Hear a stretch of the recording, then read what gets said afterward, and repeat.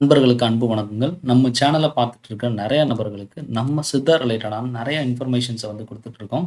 இந்த சமயத்தில இப்போ ரெகுலரா நெறைய கேஸ் வந்து பார்த்தீங்கன்னா, ஹெப்படைட்டிஸ் இருக்கு டாக்டர் எனக்கு வந்துட்டு இன்ஃபெர்டிலிட்டி இருக்கு.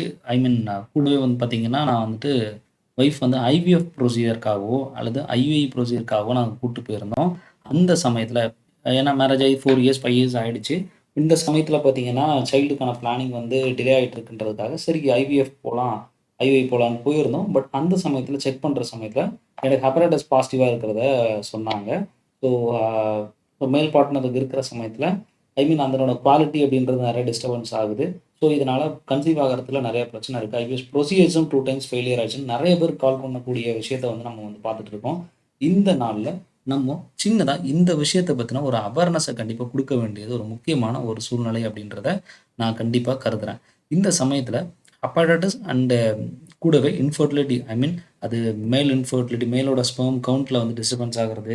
இது வந்து ஃபீமேலோட ஐ மீன் ரீப்ரொடக்ஷன் அந்த ஐ மீன் என்ன சொல்றது கன்சீவிங்க்கான அந்த மெச்சுரேஷன் ஆகுறதுல கண்டிப்பா நமக்கு அந்த டெவலப்மெண்டல் இன்ஃபோ ப்ராப்ளம்ஸ் வந்து வருது. நெறைய கேஸ்ல வந்து பார்த்தீங்கன்னா சொல்லுவாங்க, டாக்டர் ஆக்சுவலா 4 ஐ மீன் ஒரு 12 வீக்ஸ்லயே அபார்ட் ஆயிடுச்சு. 8 வீக்ஸ்ல அபார்ட் ஆயிடுச்சு.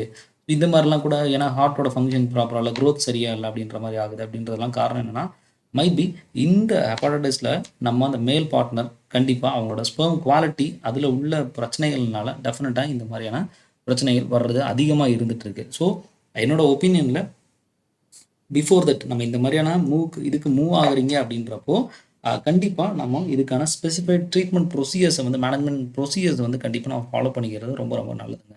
இந்த கண்டிஷன்ஸ்ல நெறைய பேர் இது மட்டும் இல்ல. ஹெப்படைட்டிஸ் பி, ஹெச்எஸ்வி அப்புறம் கூடவே பார்த்தீங்கன்னா, இந்த மாரி மைனர் உங்களுக்கு இருக்கக்கூடிய இந்த வைரல் இன்ஃபெக்ஷன்ஸ்க்கு எல்லாமே மேக்ஸிமம் சித்தா மெடிசின் நல்ல ஒரு சப்போர்ட்ட குடுக்கும் அப்படின்றதுல எந்தவித மாற்று கருத்தும் இல்லங்க. அண்ட் நெறைய சமயத்தில எல்லாருமே சார் ஹெச்பிஎஸ்ஏஜி இருக்கு, பாசிட்டிவ் இருக்குன்னு நெனச்சு பயப்படுறீங்க. ஸோ என்னோட ஒப்பீனியன்ல என்ன சொல்றேன் அப்படின்னா, ஃபர்ஸ்ட்டு நீங்க இந்த மாரியான மேரேஜ்க்கான பிளானிங் இதெல்லாம் இருக்குது அப்படின்றப்போ, பிஃபோர் தட் நம்ம ஒரு 3 மந்த்ஸ், 4 மந்த்ஸ் கண்டிப்பா வந்துட்டு ஹெச்பிவி டிஎன்ஏ என்ன அளவுல இருக்கு, அதனோட ஸ்டேட்டஸ் என்ன இருக்கு அப்படின்றத தெரிஞ்சுக்கிட்டு, அதுக்கான ட்ரீட்மெண்ட் புரோட்டோகால்ஸ கண்டிப்பா நம்ம ஃபாலோ பண்ண வேண்டியது கட்டாயம் அவசியமான ஒரு ஒன்று அப்படின்றத கண்டிப்பா தெரிந்து கொள்ள வேண்டும். இன் கேஸ் ஆஃப் அப்படி ஏதாவது கன்சல்டேஷன்ஸ் எதுவும் வேணும் அப்படின்னு நினைச்சீங்கன்னா, கண்டிப்பா நான் கீழ ஸ்க்ரோலிங்ல என்னோட நம்பர் இருக்கும். அண்ட் கன்சல்டேஷன் சார்ஜஸ் இருக்கும். கண்டிப்பா இது பண்ணிட்டு, நீங்க கண்டிப்பா ஒரு அப்டேட் வந்து கண்டிப்பா நீங்க எப்போனாலும் ஒரு அப்பாயின்ட்மென்ட் எடுத்துட்டு பேசுங்க.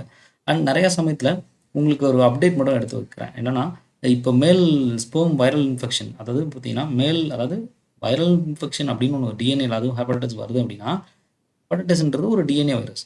இந்த டிஎன்ஏ வைரஸ் நம்ம மேல் ஸ்பெர்ம்ஸ் இருக்கு இல்லையா? அதுலயும் ஒரு டிஎன்ஏ பகுதி வந்திருக்கும். பாடியில இருக்கக்கூடிய எல்லா டிஎன்ஏலயும் மீன் பாடியே டிஎன்ஏனால தான் ஆனது. ஸோ இந்த சமயத்தில 2ம் ஒரு டிரான்ஸ்கிரிப்ட் ஆயி உங்களுக்கு பார்த்தீங்கன்னா, பெருக்கம் வந்து ரொம்ப அதிகமா இருக்கும். ஸோ அப்படின்றப்ப டெஃபினட்டா it will affect sperm also. So அங்க உள்ள டிஎன்ஏவும் கண்டிப்பா அத வந்து இன்ஃபெக்ட் பண்ணும். ஸோ அந்த சமயத்தில அதனோட குரோத்த வந்து டிமினிஷ் பண்ணிவிடும். நல்ல ஒரு டெயில் பாதியா இருக்கிறது, ஹெட்டோட இது வந்து ஷேப் மாறி இருக்கிறது.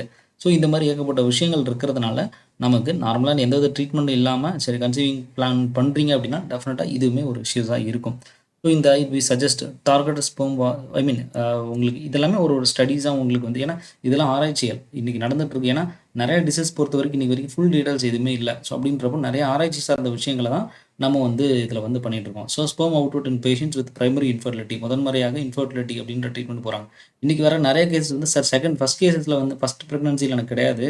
பட் செகண்ட் கேஸஸ் வந்து பாசிட்டிவ் ஆகுற சமயத்தில, இல்ல செகண்ட் கன்சீவிங் வந்து லேட் ஆகுது. ஸோ அந்த இது ஆகல அப்படின்றப்போ ஒரு சிலவங்க இத செக் பண்ணுவாங்க. அப்போ ஒரு சிலவங்களுக்கு பாசிட்டிவா இருக்கும். ஸோ அதனால பிரைமரி இன்ஃபெர்டிலிட்டில ஹெப்படைட்டிஸ் பி அண்ட் சி வந்து நெறைய negative influence of HPV infection to concomitant varicocele அப்படின்னு சொல்லிட்டு ஒரு கண்டிஷன்ஸ் குடுத்துருக்காங்க. ஆக்சுவலா என்ன விஷயம் அப்படின்னா, infertile woman I mean infertile பேஷண்ட்ஸ்ல ஹெச்பிவி இன்ஃபெக்ஷன் இருக்கிறவங்களுக்கு கூடவே வெரிகோசிலும் சேர்ந்து இருக்குது அப்படின்னா, டெஃபினட்டா ஸ்பெர்மோட அந்த குவாலிட்டி சிக்னிஃபிகன்ட்டா வொர்சனா இருக்கு அப்படின்றத குடுத்துருக்காங்க. அது எந்த விதமான கிரேட் ஆஃப் வெரிகோசில் அப்படின்றது இருந்தாலும் சரி. அண்ட் இன்னொரு ஸ்டடி ஆராய்ச்சிகள் பார்த்தீங்கன்னா, ஃபெர்டிலிட்டி அண்ட் ஸ்டெரிலிட்டி அப்படின்ற ஜர்னல்ல இருந்தே பப்ளிஷ் ஆயிருக்கு. இன்டர்நேஷனல் ஜர்னல் இதுல. ஸோ இதுல என்ன சொல்லியிருப்பாங்க அப்படின்னா, கிட்டத்தட்ட அவங்க வந்து ஆ ஒரு நியர்லி ஒரு 1000 மெம்பர்ஸ்க்கு மேல அவங்க வந்து ஒரு ஸ்டடி பண்ணியிருக்காங்க. ஹெப்படைட்டிஸ் பி இன்ஃபெக்ஷன் இருக்கக்கூடிய பெர்சனுக்கு ஸ்பெர்ம் குவாலிட்டி அப்படின்றது எந்த மாரி இருக்கு? மேல் இன்ஃபெர்டிலிட்டியோட இது எப்படி இருக்கு? பாப்புலேஷன் பேஸ்ட் அனாலிசிஸ் வந்து பண்ணியிருக்காங்க. அதில குறிப்பா வந்து பார்த்தீங்கன்னா, மேக்ஸிமம் வந்து ஹெப்படைட்டிஸ் இருக்கிறவங்களுக்கு இந்த ஸ்பெர்ம் குவாலிட்டியில் டெஃபினட்டாக சேஞ்சஸ் இருக்குது அப்படின்றது தான் அதிகமாக கொடுத்துருக்குறாங்க. இந்த டாட்டாக வருது இல்லையா, இது வந்து எந்தவித பிரச்சனையும் இல்லைன்றது கொடுத்துருக்காங்க. மேக்ஸிமம் வந்து ஒரு 60-40 ரேஷியோவில் போயிட்டுருக்கு. நிறைய பேர் சொல்லுவாங்க, சார் என்னோடய ஃப்ரெண்டுக்கும் இருக்குது, பட் அவங்களுக்குலாம் இந்த மாதிரிலாம் வரல. நிறைய பேர் கமெண்ட்லேயே சொல்லுவாங்க, இது வந்து ராங்கான ஒரு இன்ஃபர்மேஷன், அப்படிலாம் கிடையாது, எனக்கெல்லாம் சைல்டு வந்து பிறந்திருக்கு அப்படிங்கிற. அது எல்லாருக்கும் அதான் சொல்கிறேன், 60-40 ரேஷியோ அப்படின்றது கண்டிப்பாக இருக்குது.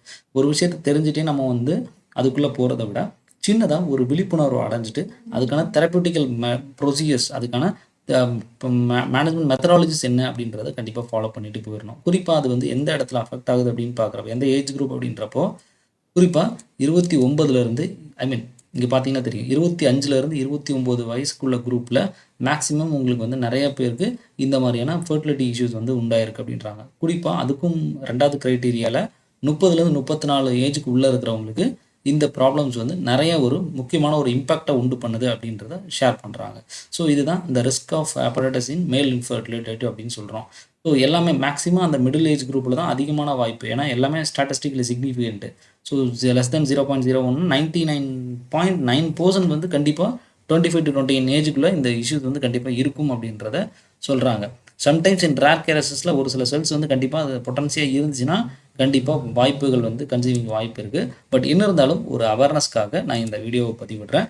ஸோ தெரிஞ்சுட்டு நம்ம அதை ஏன் வந்து ஒரு விஷயமா அதையே நம்ம உட்படுத்துறதுக்கு சின்னதாக ஒரு தெரப்பட்டிக்கல் ப்ரொசீஜர்ஸ் பண்ணிவிட்டு அதன் பிறகு நீங்கள் வந்து உங்கள் கன்சீவிங் பிளானை பண்ணீங்க அப்படின்னா டெஃபினட்டாக நல்லாயிருக்கும். அதாவது நிறைய பேர் சொல்லுவாங்க, சார் மேரேஜே பண்ணக்கூடாது அப்படின்லாம் கேட்பாங்க. அப்படிலாம் கிடையாதுங்க, ரைட்டா? ஸோ அதை முறையாக நீங்கள் அதுக்கு என்ன பண்ணணும் அப்படின்ற ப்ரொசீஜர்ஸை டாக்டர்ஸ்ட்டை ப்ராப்பராக அங்கே உள்ள டாக்டர்ஸ்ட்டை ஒப்பீனியன் வாங்கிட்டு, இல்லை நம்மகிட்டையும் ஒப்பீனியன் மேலே உள்ள ஸ்க்ரோலிங் நம்பர்ஸில் கன்சல்டிங் போட்டு ஒப்பீனியன் வாங்கிட்டு தாராளமாக நீங்கள் இதை வந்து ப்ரொசீட் பண்ணுறது ரொம்ப ரொம்ப நல்லது அப்படின்ற ஒரு விழிப்புணர்வை உங்கள் சமயத்தில் ஷேர் பண்ணுறேன்.